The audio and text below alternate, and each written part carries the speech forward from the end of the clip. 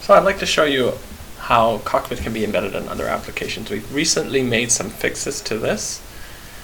But basically Cockpit is built out of components, and each of those components can be loaded into another app, management system, or whatever.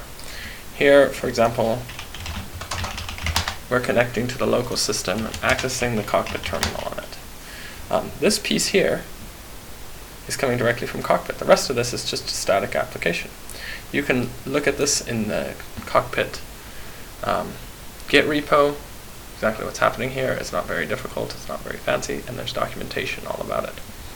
I can also look at the log into the entire server, pull up a user interface. You can see this is the full Cockpit per server user interface. I can perform these various tasks. You can access the same components in here, and access obviously all the other components that you would expect.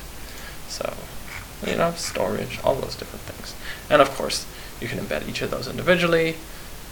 Storage, networking, for example, Kubernetes containers. Obviously, these are all interactive, so you can go in here and look at stuff and basically embed these pieces of Cockpit into your app. In addition, what we've done recently is it was brought to our attention that we can't just share the same authentication between any embedding components, any embedding application. So, for example, I clicked on all these tabs here and loaded them, and we didn't get prompted for a password again. But here, I'm going to click on this, and you can see